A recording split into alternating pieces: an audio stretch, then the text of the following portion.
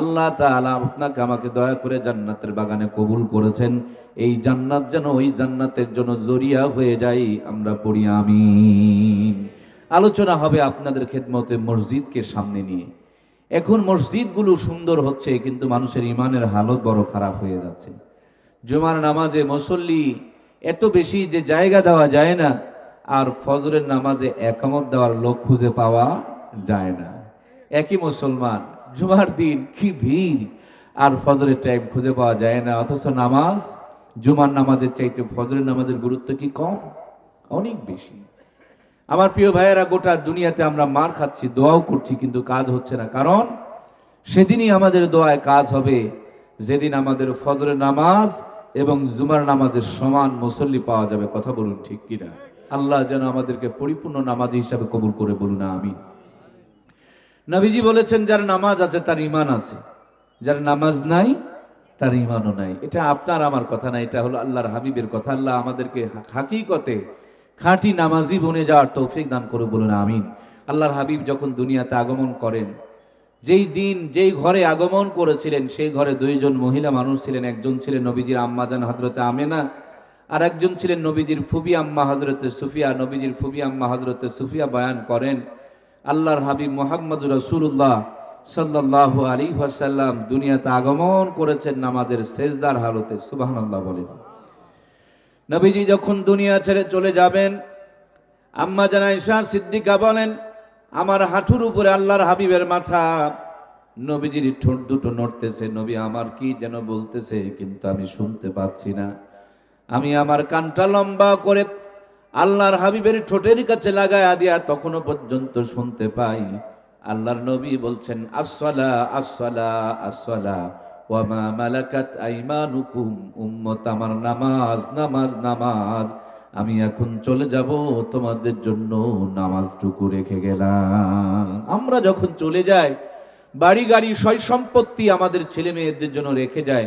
আল্লাহর হাবিব যাওয়ার সময় বলে গিয়েছেন, উম্মত চলে যাচ্ছি, তোমাদের জন্য নামাজকে রেখে গেলাম। এতদিন বিপদে আপদে মুসিবতে পড়লে আমার সামনে হাজির হয়ে যেতে, আমি নবী তোমাদের জন্য দোয়া করতাম। আমি চাইতে দেরি হতো, আমার আল্লাহ তাআলা দিতে দেরি করতেন না। এখন আমি থাকবো না, তোমরা যখন মুসিবতে পড়বে, যাই নামাজ বিছায়া 2 রাকাত নামাজ আদায় করবে, আরশ আজিমের মালিক রহমত আর বরকত নাজিল করে দিবে। সুবহানাল্লাহ বলেন। আমার আল্লাহ বলেন, ওয়া কানা হাক্কান আলাইনা নাসরুল মুমিনিন। মুমিন যদি বিপদে পড়ে সাহায্য চায়, আল্লাহ বলেন আমার জন্য সাহায্য করা ওয়াজিব হয়ে যায়। সুবহানাল্লাহ। তাহলে আমার প্রিয় ভাইয়েরা, নবীজি নামাজের সেজদার হালতে দুনিয়াতে এসেছেন, আবার নামাজের কথা বলতে বলতে বিদায় নিয়ে চলে গিয়েছেন। আল্লাহ একবার যদি নামাজের কথা বলতেন, নামাজ ফরজ হয়ে যেত, 82 বার বলার কোনো দরকার ছিল না। আল্লাহ তাআলা নামাজের কথা নিজেই কোরআনুল কারীমের মধ্যে 82 জায়গাতে তাগিদ করেছেন। আল্লাহ প্রমাণ করেছেন, আল্লাহর কাছে নামাজের চাইতে অন্য কোনো দামি ইবাদত নাই। দামি ইবাদত যদি থাকতো, সেই কথাটা বেশি বেশি করে বলতো। নামাজই সবচেয়ে গুরুত্বপূর্ণ এবং দামি, এই জন্য নামাজের কথা আল্লাহ তাআলা 82 বার কোরআনুল কারীমের মধ্যে বলেছেন। সুতরাং প্রিয় ভাইয়েরা আমার, আল্লাহর হাবিব 6500 জায়গার মধ্যে নামাজের কথা বলেছেন। এই পৃথিবীতে যত রকমের অশান্তি চলছে, দুর্নীতি চলতেছে, সমস্ত অশান্তি দুর্নীতি থেকে বাঁচার জন্য আল্লাহ তাআলা পবিত্র কোরআনুল কারীমের মধ্যে ঘোষণা দিয়েছেন, ইন্নাস সালাতা তানহা আনিল ফাহশাই ওয়াল মুনকার। নিশ্চয় নামাজ নামাজি ব্যক্তিকে যাবতীয় গুনার কাছ থেকে বাঁচায়া দিবে। দুনিয়ার যত অন্যায়, আমরা যেমন অ্যান্টিবায়োটিক খেলে সমস্ত অসুখগুলো ভালো হয়ে যায়, একটা ঔষধ সব রোগের কাজ শুরু করে দেয়, তেমনি নামাজ এমন একটা গুরুত্বপূর্ণ ইবাদত, নামাজ যদি সুন্দর হয়ে যায়, ওই মানুষটার দুনিয়া আখিরাত সুন্দর হয়ে যায়। সুবহানাল্লাহ। এজন্য প্রিয় ভাইয়েরা আমার, নামাজকে সুন্দর করতে হবে। কেন আপনি নামাজ পড়বেন? আল্লাহ তাআলা সমস্ত ইবাদতগুলো জিবরাইল আমিনের মাধ্যম দিয়ে দান করেছেন। নামাজ বড় গুরুত্বপূর্ণ, তার জন্য নামাজ কোনো মাধ্যম দিয়া নয়, আল্লাহ তার বন্ধুকে দাওয়াত দিয়া আরশে আযমিনিয়া 27 বছর ধরে সব কিছু দেখায়া বিদায় লগ্নে 50 ওয়াক্ত নামাজ দিয়েছিলেন। উম্মতের পড়তে বড় কষ্ট হবে, আমার আল্লাহ সিস্টেম করে 45কে কমায় নিয়ে মাত্র 5 ওয়াক্ত রেখে দিয়েছেন। জানিয়ে দিয়েছেন, বন্ধু আমার 5 ওয়াক্ত নামাজ পড়বে, প্রতিদিন শূন্য যোগ করে আল্লাহ তাআলা আমলনামার মধ্যে 50-এর সওয়াব দান করে দিবে। সব নিয়ামতগুলো আল্লাহ তাআলা জিবরাইল আমিনের মাধ্যম দিয়ে দিয়েছেন, কিন্তু নামাজ কোন মাধ্যম দিয়ে নয়, তার বন্ধুকে কাছে নিয়ে দাওয়াত দিয়ে সব কিছু দেখায়া বিদায় লগ্নে 50 ওয়াক্ত নামাজ দিয়েছিলেন। মাঝখান থেকে 45 কমায়া নেয়া মাত্র যেই 5 ওয়াক্ত নামাজ রেখে দিয়েছেন, এই 5 ওয়াক্তের ভিতরেও আল্লাহ শূন্য যোগ করে প্রতিদিন 50-এর সওয়াব দিয়ে দিবেন। নবীজি মেরাজে গিয়েছেন, নবীজির মেরাজ হয়েছে 1 রাত, আর নবীজির মেরাজের সময় ছিল 1 রাতের সময় ছিল 27 বছর। আমরা কিন্তু সবে মেরাজের চাঁদের মধ্যে অবস্থান করছি। আল্লাহর হাবিব সাল্লাল্লাহু আলাইহি সাল্লাম এই সময় দোয়া করতেন, আল্লাহুম্মা বারিক লানা ফীহি রজব শাবান ওয়া বাল্লিগনা রমাদান। হে আল্লাহ, তুমি আমাকে রজব এবং শাবান মাসের বরকত দাও এবং আমার হায়াতকে রমজান পর্যন্ত লম্বা করে দাও। সবাই পড়ি আল্লাহুম্মা আমিন। তাহলে রজব আর শাবান মাস, এই দুইটি মাস হলো বরকতপূর্ণ মাস। আমার ভাইরা, এই রজব মাসের 27 তারিখে সবে মেরাজ সংগঠিত হয়েছে। নবীজির জীবনে মেরাজ হয়েছে একবার। আল্লাহর হাবিব আমাদের জন্য প্রতিদিন মেরাজের ফয়সালা করে নিয়ে এসেছেন 5 বার। আসসালাতু মেরাজুল মুমিনিন, মুমিন যখন নামাজে দাঁড়িয়ে যায় আল্লাহর সাথে তার বান্দার দিদার হয়ে যায়। এই জন্য নামাজ অত্যন্ত গুরুত্বপূর্ণ একটা ইবাদত। আল্লাহ সব দিয়েছেন জিবরাইল আমিনের মাধ্যম দিয়া। নামাজ তার বন্ধুকে কাছে নিয়ে সব কিছু দেখায়া বিদায় লগ্নে 50 ওয়াক্ত নামাজ দিয়েছেন। আমার ভাইয়েরা, নবীর জীবনে মেরাজ হয়েছে মাত্র 1 দিন 1 রাত, কিন্তু এই সময়টা ছিল 27 বছর। মনে করেন বাংলাদেশের প্রধান উপদেষ্টা আপনাদের পার্বতীপুরের উপর দিয়ে যদি সৈয়দপুরে যায়, যখন দেখবেন পার্বতীপুর অতিক্রম করবে তখন ট্রাফিক সিগন্যালগুলো অফ হয়ে যাবে, রিক্সা ভ্যানগুলোকে রাস্তার থেকে নামায়া দিবে। যতক্ষণ পর্যন্ত প্রধান উপদেষ্টা পার না হয়ে গিয়েছে ততক্ষণ পর্যন্ত সাধারণ লোককে রাস্তায় চলতে দেওয়া হয় না, চড়তে দেওয়া হয় না। তেমনি ভাবে আল্লাহর পরে যার শান মান আর মর্যাদা, সে নবী যখন মেরাজে রওনা করেছেন, আল্লাহ গোটা পৃথিবীর সমস্ত গতিপথকে 27 বছরের জন্য অফ করে দিয়ে শুধু আল্লাহ আর মুহাম্মদুর রাসূলুল্লাহ সব কিছু আল্লাহ তার বন্ধুকে ঘুরায় ঘুরায় দেখাইছেন। সুবহানাল্লাহ বলেন। মেরাজের মধ্যে গিয়ে আদম নবীর লম্বা জিন্দেগি, ইব্রাহিম আলাইহিস সালামের লম্বা জিন্দেগি, মূসা আলাইহিস সালামের লম্বা জিন্দেগি দেখে মনে মনে আফসোস করছিলেন, ওগো আমার রব, তুমি আমার উম্মতকে বড় ভালোবাসো, কিন্তু আমার উম্মতের সময় কম, আমার উম্মতের টাইম কম, আমার উম্মতের হায়াত কম। অল্প টাইমের ভিতরে উম্মত কেমন করে বেশি নেকি কামাই করবে, বেশি সওয়াব কামাই করবে, এটা আমার মাথার মধ্যে ঢোকে না, এটা আমি বুঝতে পারি না। আমার আল্লাহ বলেন, বন্ধু তোমাকে বুঝতে হবে না, তোমার উম্মত এমন একজন দামি নবীর উম্মত, যে নবীর উম্মত হওয়ার কারণে দুনিয়াতে আসবে সবার পরে, কিন্তু জান্নাতে যাবে সবার আগে। সুবহানাল্লাহ বলেন। তোমার উম্মত এত বড় দামি উম্মত, তোমার উম্মত হওয়ার কারণে পৃথিবীর জমিনে তোমার উম্মত সব চাইতে কম বাঁচবে, কিন্তু তোমার উম্মতের সওয়াব সবচাইতে বেশি হয়ে যাবে। সুবহানাল্লাহ বলেন। আমরা দুনিয়াতে এসেছি সবার পরে, জান্নাতে যাব সবার আগে। পরিচয় হলো আমরা মুহাম্মদ রাসূলুল্লাহ সাল্লাল্লাহু আলাইহি ওয়াসাল্লামের উম্মত। আমাদের টাইম সবচাইতে কম, কিন্তু সওয়াব সবচাইতে বেশি। তার কারণটাও হলো আমরা মুহাম্মদ রাসূলুল্লাহ সাল্লাল্লাহু আলাইহি ওয়াসাল্লামের উম্মত। মনে করেন আপনাদের সরকার পাড়ার সকলে মিলে একই দিনে কামাই করেছেন 10 লাখ টাকা। এই গ্রামেরই একটা ছেলে যদি রাষ্ট্রপতি হয়, রাষ্ট্রপতি যদি একটা সিগনেচার মেরে দেয়, এক সিগনেচারে আবার 10 কোটি টাকা বরাদ্দ হয়ে যায়, ঠিক কি না? একই মানুষ সবাই মিলে কামাই করেছেন 10 লাখ, আর রাষ্ট্রপতি দামি মানুষ, এক সিগনেচার মেরে দিলে কামাই হয়ে যায় 10 কোটি টাকা। আমরা তেমন নরমাল হলেও আমাদের একজন দামি পরিচয় আছে, তা হলো আমরা মুহাম্মদুর রাসূলুল্লাহর উম্মত। এই নবীর উম্মত হওয়ার কারণে কোরআন নাজিলের একটা রাত যদি ইবাদত করি 1000 মাসের চাইতে আমার আল্লাহ বেশি সওয়াব দিবেন। লাইলাতুল কদরি খায়রুম মিন আলফি শাহর, 83 বছর 4 মাসের চাইতে বেশি নেকি 1 রাতের মধ্যে দান করে দিবেন কে? আমার ভাইয়েরা, তারপরে নবীজি আমার মেরাজে ঘুরছেন, সব কিছু দেখছেন, কিন্তু মনের আফসোসটা তার ফুরাচ্ছেন, আল্লাহ আমার উম্মত গুলো যদি আরো একটু বেশি হায়াত পেত, আর একটু বেশি নেকি করার সুযোগ পেত। আল্লাহ বলেন, বন্ধু মনে কোনো কষ্ট রেখো না, আমি তোমার উম্মতের জন্য যেই 5 ওয়াক্ত নামাজ দান করেছি, এমনি এমনি 5 ওয়াক্ত নামাজ দেই নাই, 5 ওয়াক্ত নামাজ 5 জন নবীর জিন্দেগি থেকে দান করেছি। প্রতিদিন তোমার উম্মতেরা 5 ওয়াক্ত নামাজ পড়বে, আর 5 ওয়াক্ত নামাজের ভিতর দিয়া 5 জন নবীর জিন্দেগি বরাবর সময় সওয়াব কামাই করে ফেলবে। যেই 5 ওয়াক্ত নামাজ আমার আল্লাহ তাআলা দিলেন, এই 5 ওয়াক্ত নামাজের প্রথম নামাজ হলো ফজরের নামাজ। আর ফজরের ফরজ নামাজ কয় রাকাত আমার ভাইরা বলুন তো দেখি? 2 রাকাত। জোহরের ফরজ কয় রাকাত? 4 রাকাত। আসরের ফরজ কয় রাকাত? 4 রাকাত। মাগরিবের ফরজ কয় রাকাত? 3 রাকাত। এশার ফরজ কয় রাকাত? 4 রাকাত। আমাদের মোবাইল নাম্বার 11টা, আমার আল্লাহ তাআলার স্পেশাল নাম্বার হলো 17টা। 244, 2 মানে ফজর, 44 জোহর আর আসর, 3 মানে মাগরিব, 4 মানে এশা, 24434। এই 17টা নাম্বার কোন বান্দা কোন বান্দি যদি সুন্দর করে ডায়াল করতে পারে, ওই বান্দা বান্দি যখনই বিপদে পড়বে 2খানা হাত উত্তোলন করবে, হাত তুলতে দেরি আরশ আজিম থেকে সাহায্য নাজিল হতে শুরু করে দিবে। সুবহানাল্লাহ। এই জন্য প্রিয় ভাইয়ার আমার আল্লাহ তাআলা প্রথম যেই 2 রাকাত নামাজ দান করলেন তা হলো ফজরের নামাজ। আর ফজরের 2টি রাকাত নামাজ দান করেছেন আদি পিতা আব্বাজান হযরত আদমের জিন্দেগি থেকে। আমাকে যদি বলা হয় আপনার বাড়ি কোথায়, আমি বলবো আমার বাড়ি নওগাঁয়। নওগাঁয় গিয়ে দেখবেন আমার কোনো বাড়ি ঘর নাই, আমার বাবার একটা বসত বাড়ি বিটা ঘর রয়েছে। সেই পরিচয় সূত্র ধরে আমি বলি আমার বাড়ি নওগাঁ।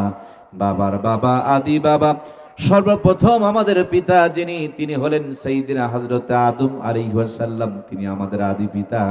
আল্লাহ তাআলা হযরত আদমকে বানায়া জান্নাতের ভিতরে রেখে দিয়েছিলেন। আর যত রূহগুলোকে সৃষ্টি করে হযরত আদমের পিঠের মধ্যে আমার আল্লাহ তাআলা রেখে দিয়েছিলেন, সমস্ত রূহদেরকে সামনে রেখে আল্লাহ জিজ্ঞেস করেছিলেন আমি কি তোমাদের রব নই? আমরা বলেছিলাম ক্বালু বালা, নিশ্চয় আপনি আমাদের প্রভু, নিশ্চয় আপনি আমাদের রব। আল্লাহ রাব্বুল আলামিন আমার ভাইয়েরা আদম আলাইহিস সালামের ও পৃষ্ঠদেশে আপনাকে আমাকে রেখেছিলেন, পালাক্রমে সৃষ্টি করে দুনিয়াতে ধারাবাহিকভাবে পাঠাইতেছেন। তার মানে প্রথম সূত্রে যদি ওয়ারিস সূত্রে আমরা বিবেচনা করতে যাই, আমাদের সবার বাড়ি হলো জান্নাতে। কথা বলুন ঠিক কিনা? আমরা আদমের সন্তান, সকলের বাড়ি জান্নাতে, ওয়ারিস সূত্রে আমরা জান্নাতের নাগরিক। জান্নাত থেকে বের হয়ে দুনিয়াতে এসেছি একটু জান্নাতের বাজার ঘাট করার জন্য, নামাজ কালাম পড়ে ইবাদত বন্দেগী করে জান্নাতের পাথিও কামাই করার জন্য, জান্নাতে উঁচু মাকাম গ্রহণ করার জন্য, কিছু নেওয়ার জন্য, কিছু গ্রহণ করার জন্য এসেছি। জান্নাত থেকে এসে জান্নাতেই ফিরে যেতে হবে। জান্নাত থেকে এসে জান্নাতে ফিরে যেতে লেগে যেন রাস্তা ভুল না হয়, পথ যেন হারিয়ে যায়, আমরা যেন ভুল করে জাহান্নামে চলে না যায়, তার জন্য কোরআন সুন্নাহর সুন্দর 2টা লাইন আপনাকে আমাকে দেখিয়ে দিয়েছেন কে? 2খানা লাইন আমার পার্বতীপুরে ভাইয়ারা। এখান থেকে অনেক দিকে লাইন রয়েছে। এখান থেকে আপনাদের ট্রেনের লাইন সৈয়দপুরে গিয়েছে, এখান থেকে ট্রেনের লাইন আবার আপনাদের বন্ধুরা আমার দিনাজপুরে গিয়েছে, এখান থেকে ট্রেনের লাইন রংপুরে গিয়েছে, এখান থেকে ট্রেনের লাইন সান্তাহারের দিকে গিয়েছে, এখান থেকে এই ট্রেনের লাইন ঢাকা পর্যন্ত, চিটাগাং পর্যন্ত, কক্সবাজার পর্যন্ত বিছানো আছে। তেমনি ভাবে জান্নাতের লাইনটা জান্নাত পর্যন্ত বিছানো আছে। আর জান্নাতের লাইন হলো 2টা। 1 নম্বর লাইন হলো কিতাবুল্লাহ, আল্লাহর কোরআন। আর 2 নম্বর লাইনটা হলো মুহাম্মদুর রাসূলুল্লাহ, নবী আলাইহিস সালামের সুন্নতের বিধান সাল্লাল্লাহু আলাইহি ওয়াসাল্লাম। এই কোরআন সুন্নাহর লাইনের উপরে আপনি যদি আপনার নিজেকে তুলে ফেলতে পারেন, আপনার বেগমকে তুলে দিতে পারেন, আপনার ভাইকে তুলে দিতে পারেন, বোনকে তুলে দিতে পারেন, ছেলেকে তুলে দিতে পারেন, মেয়েকে তুলে দিতে পারেন, তারা ডাক্তারি, মাস্টারি, ইঞ্জিনিয়ারি, এমপিগিরি, মন্ত্রীগিরি, রাষ্ট্রপতিগিরি করবে, পথ হারাবে না। কোরআন সুন্নাহর লাইনের উপরে থাকলে দিন শেষে জীবন যখন নিঃশ্বাসটা বন্ধ হয়ে যাবে, এই কোরআন সুন্নাহর লাইনে থাকার কারণে আল্লাহ তাআলা জান্নাত পর্যন্ত তাদেরকে পৌঁছায়া দিবে। আগামীকাল আমার মাহফিল হলো চাঁদপুর। মোবাইলে আমরা পোস্টারগুলো চেয়ে থাকি, পোস্টারের মধ্যে জায়গার নাম লেখা থাকে। আমি পার্বতীপুরের আগে এসেছি, পার্বতীপুর চিনি। এখানে আসার জন্য আমাকে লোকেশন বের করতে হয় নাই, কারণ এটা আমার চেনা জায়গা। কিন্তু আগামীকালের মাহফিলটা হলো চাঁদপুর। আগে ভাগে বের হতে হবে চাঁদপুর যাওয়ার জন্য। যেই জায়গায় যাব সেই জায়গার নামটা মাহফিল থেকে নামার পরই আমি লোকেশনে ট্যাগ করে দেখব কত কিলোমিটার দূরে, কয় ঘন্টা সময় লাগতে পারে? সম্ভবত একদিন আমি দেখছিলাম প্রায় 13 ঘন্টা সময় লাগবে, এরকম আমার নেটের মধ্যে দেখাইছিল। কত দূরে, কত সময় লাগবে, কত দূর আসলেন, কত দূর বাকি আছে, গাড়ি কত স্পিডে চলছে, ডান দিকের নামের নাম, গ্রামের নাম কি, বাম দিকের গ্রামের নাম কি, সব আপনাকে দেখায় দিবে। আপনার পথ ভুল হবে না। সামনে যদি 3 মাথার রাস্তার মোড় পড়ে, ডানেরটা দিয়ে চলতে হবে না বামেরটা দিয়ে চলতে হবে। 3টা থাকলে যেটা সঠিক সেটাকে সবুজ করে দেখাবে, আর যেই 2টা আপনার যাওয়া যাবে না সেই 2টাকে আপনার সবুজ করে দেখাবে না। আপনার কাউকে জিজ্ঞেস করা লাগবে না, এটা পথ দেখায় আপনাকে আপনার আগামীকালে চাঁদপুর পর্যন্ত যেমনি পৌঁছায় দিবে। সেম কায়দায় আমরা যেন পথ হারিয়ে না যায়, আমরা যেন পথভ্রষ্ট না হয়ে যায়, আমাদেরকে যেন শয়তান ধোঁকা দিয়ে অন্য পথে না নিয়ে যাইতে পারে, সেজন্য আল্লাহর হাবিব তো দিয়েছেন সাথে কোরআনুল কারীম নামক এক জীবন বিধান, সংবিধান, ক্যাটালগ দিয়েছেন, পথ প্রদর্শক দিয়েছেন, আলোর বর্তিকা দিয়েছেন। আল্লাহর কোন বান্দি যদি তার মেমোরির মধ্যে, তার সিনার মধ্যে এই কোরআনুল কারীমকে ধারণ করে নিতে পারে, সেই লোকটা কোনোদিন পথ হারা হবে না, দিন শেষে আল্লাহর জান্নাতের মেহমান হয়ে যাবে। সুবহানাল্লাহ বলেন। এজন্য প্রিয় ভাইয়েরা আমার, কোরআন সুন্নাতে জীবন গড়তে হবে, আর 5 ওয়াক্ত নামাজ পড়তে হবে। 5 ওয়াক্ত নামাজের প্রথম নামাজ হলো ফজরের নামাজ। ফজরের ফরজ নামাজ 2 রাকাত আল্লাহ তাআলা আদি পিতার জিন্দেগি থেকে দান করলেন। আব্বাজানকে তৈরি করলেন জান্নাতের বাহিরে, আর বরাম্মা হযরতে হাওয়াকে আমার আল্লাহ তাআলা তৈরি করেছেন জান্নাতের ভিতরে। বাবা আদমকে তৈরি করে জান্নাতের সব নিয়ামত দিয়ে দিল, কিন্তু তারপর যেন জান্নাতে ভালো লাগে না। যেমনি হাওয়াকে তৈরি করলেন, জান্নাতটা যেন পূর্ণতা পেয়ে গেল। জোরে বলুন সুবহানাল্লাহ। আমার দেশের অনেক মানুষ আছে, এরা বিয়ে করতে চায় না। বিয়ে না করলে জীবনের কোনো পূর্ণতা আসে না। একটা লাইন দিয়ে যেমন আলো জ্বলে না, একটা তার দিয়ে যেমন মাইক চলে না, একটা তার দিয়ে যেমন ফ্যান ঘোরে না, পৃথিবীর কোন সফলতা পুরুষ আর মহিলা ছাড়া সম্ভব হবে না। নেগেটিভ আর পজিটিভ 2টি তার আলোর পিছনে আছে, তার জন্য আলো জ্বলছে। পৃথিবীতে প্রত্যেকটা কল্যাণের পিছনে এক যেমন বাবার ভূমিকা আছে, তেমনি মায়েরও ভূমিকা আছে। যেই ফ্যামিলিগুলোতে মা বাবা অ্যাক্টিভ, সেই ফ্যামিলির সন্তানগুলোকে অ্যাক্টিভ পাওয়া যায়। এই জন্য প্রিয় ভাইয়েরা, বিয়ে করতে হবে, এটা জীবনের পূর্ণতা দেয়। বিয়ে ছাড়া জীবনের কোনো পূর্ণতা হয় না। আল্লাহ সব দিয়েছেন, শুধু বিবি নাই, বেগম নাই, বউ নাই। এই জন্য জান্নাতের ভিতরে হযরত আদমরে ভালো লাগে না, ঘুমিয়ে রয়েছেন। বাম দিকের বাঁকা হাড় দিয়া আম্মা হাওয়াকে আল্লাহ তাআলা তৈরি করলেন। সুবহানাল্লাহ বলেন। দেখবেন আপনার ডান পাশে যতগুলো হাড়, বাম পাশে কিন্তু তার চাইতে 2টা হাড়ের 2 মাথা অল্পখানি করে কম কম রয়েছে। আমরা অনেক সময় বই পুস্তকের মধ্যে কিছুদিন আগে দেখেছিলাম যে গাঁজাখোররা লিখেছিল যে মানুষ নাকি মানুষ ছিল না, মানুষ নাকি বানর আর ব্যাঙ ছিল। মানুষ যদি বানর আর ব্যাঙ থাকে, তাহলে আমাদের বাম দিকের বাঁকা হাড্ডিগুলো অর্ধেকটা করে কেন? মানুষ মানুষই ছিল। মানুষ হলো আদম আর হাওয়ার সন্তান। মানুষ কোনোদিন বানর আর ব্যাঙ থেকে আসে নাই। আর মানুষকে যদি বানর আর ব্যাঙ বানিয়ে দেওয়া হয়, ওই মানুষের জন্য নামাজ কালামের কোনো দরকার নাই। গাছের গোড়া কেটে গেলে যেমন গাছ বাঁচে না, মানুষকে বানর আর ব্যাঙ বানায় দিলে ওই মানুষের কোনো ঈমান থাকে না। কথা বলুন ঠিক কিনা? এরা সুকৌশলে আমাদেরকে বেঈমান বানানোর চেষ্টা করেছিল। আল্লাহ বানর আর ব্যাঙের বাচ্চাগুলোকেও মানুষের বাচ্চা বানায় দেখ, বলুন আমিন। দেখুন না, ভারতের মধ্যে আমাদের কিছু ভাইয়েরা তারা বলছে গরু নাকি তাদের মা, গরু নাকি তাদের মাতা, গরু নাকি তাদের দেবতা, এজন্য গরুকে জবাই করতে দেবে না। তারপরে গরুর বাচ্চা, মানুষ তো গরুর বাচ্চা হয় না। গরু যদি তোমাদের মা হয়, তাহলে গোয়াল ঘরে রাখো কেন ভাই? গরু যদি তোমাদের মা হয়, তাহলে কাঁধের মধ্যে জোয়াল তুলে দিয়ে পাছায় পিঠে চামড়া তুলে ফেলে দাও কেন রে ভাই?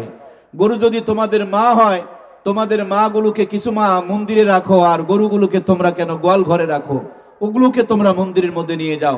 গরু যদি তোমাদের মা হয়, তাহলে গরুর চামড়াগুলো ছিলে ওইটাকে লবণ মাখায়া রোদের মধ্যে শুকায়া জুতা বানায়া সেই চামড়ার জুতা পায়ে দিয়ে আবার মন্দিরে যায়। মায়ের চামড়া দিয়ে জুতা বানানো জায়েজ আছে নাকি? জায়েজ নাই। আল্লাহ তাআলা আমার ভাইগুলোকে এই ধোঁকার থেকে হেফাজত করুক, বলুন আমিন। আমরা সবাই আদম আর হাওয়ার সন্তান, ঠিক কিনা? এখানে কোনো পার্থক্য নাই। আমার ভাইদেরকে আল্লাহ তাআলা হেদায়েত দান করুক, বলুন আমিন। আবার দুনিয়ার মাঝে মানুষও 2 প্রকার। এক প্রকার মানুষ হলো জান্নাতি মানুষ, আর এক প্রকার মানুষ হলো জাহান্নামী মানুষ। জান্নাতি মানুষদের দিকে তাকায় দেখবেন, এরা বাজার ঘাটে ঘোরাফেরা করবে, সিনেমার সামনে দিয়া চলাফেরা করবে, টিভির পর্দার সামনে দিয়া চলাফেরা করবে, মদ গাঁজা খানার আশপাশ দিয়ে চলাফেরা করবে, কিন্তু কোনোদিন বিড়ি সিগারেটের টান মারবে না। সিনেমার হলে ঢুকবে না, কোনোদিন টিভির পর্দায় বসে বসে সময়গুলোকে নষ্ট করবে না। যেমনি মুয়াজ্জিন আযান দিবে, জাহান্নামের ভিতর থেকে পাশ কাটায়া বের হয়ে চলে গিয়ে আবার মসজিদে আল্লাহর কুদরতি কদমে সেজদা করবে। এই মানুষগুলো হলো দুনিয়ার মধ্যে জান্নাতি মানুষ, সুবহানাল্লাহ। আর আরেক শ্রেণীর মানুষ হলো জাহান্নামী মানুষ। এই মানুষগুলোর দিকে তাকায় দেখবেন, এরা এই মাহফিলের কাছে দিয়ে ঘুরবে, মসজিদের কাছে দিয়ে ঘুরবে, মাদ্রাসার কাছে দিয়ে ঘুরবে, কিন্তু মসজিদে ঢুকবে না, মাদ্রাসায় দান সদকা করবে না, ছেলে মেয়েকে পড়াবে না, মাহফিলে যাবে, জিলাফি খাবে, পান খাবে, চা খাবে, কিন্তু সেখানে গিয়ে কোরআন সুন্নাহ শুনে যে নিজের জীবনটাকে সমৃদ্ধ করবে, জান্নাতি বানাবে, সেটা কিন্তু বানাতে পারবে না। দেখবেন ওয়াজ শোনা বাদ দিয়ে জিলাপি নিয়ে টানাটানি করে পালায় যাবে। কথা বলেন ঠিক কিনা? এই দুনিয়াতে মাছিও তেমনি দুই প্রকার। একটা মাছি হলো মৌমাছি।